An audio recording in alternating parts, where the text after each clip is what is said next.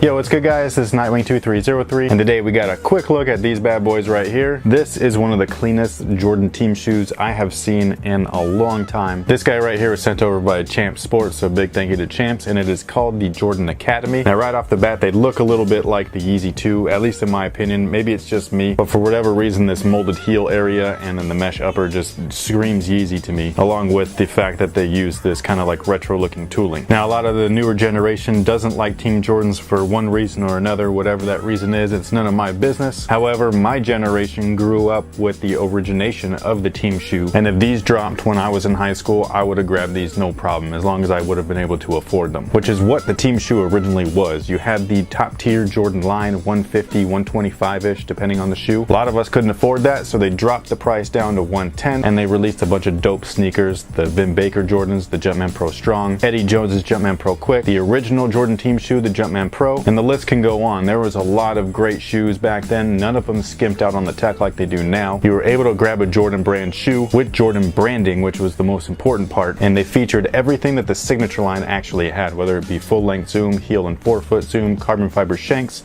full grain leather uppers. I mean, it was amazing back then. I'm telling you, back then when I was a kid, the sneakers were beasts. And these guys right here remind me of those, so that's why I like them so much. And no, this is not because I got them sent for free. I get a bunch of stuff from Champs, and half the time you guys don't see it because most of it's trash. But these right here, I like these. Surprisingly enough, I like these. Again, they look kind of like a Yeezy, but you know, it is what it is. The thing that I really like about these, because I've seen them in other colors, is this particular colorway. There's some other cool ones that are gray and, you know, other colors and stuff. I can't remember what they were. But for whatever reason, I really like the black look with that kind of like a tan interior. Just looks like a premium shoe or like a really nice casual shoe. As far as the tech specs are concerned, we have a Phylon midsole with a heel air unit. So even though the midsole here looks like the Air Jordan 3, this is actually 10 times more comfortable. This is like the difference between an Air Jordan 3 Retro and an Air Jordan 11 Retro. There's just like a night and day difference. These are way more comfortable than those. And here you go with the outsole. Something that I think is actually interesting is that this section right here in the heel and then this little section right here at the forefoot, along with the little pivot point, those are the only real pieces of rubber on the outsole. The rest of these, like all this area and all of this, is part of the actual midsole, so it's all foam. Very similar to a Roshe Run as far as their actual build, but these guys actually have some rubber on them. You have synthetic leather along the eye stay, along with some Jordan branding, Jordan on the tongue and on the heel, and then the upper is like a really nice soft mesh. I absolutely love that. And again, they just look super clean in my opinion. They do fit true to size for anyone wondering. If you are interested in them, I will leave a link in the description box below, but a lot of the sneakerheads today are kind of snobby and they only like retros, even though they have no idea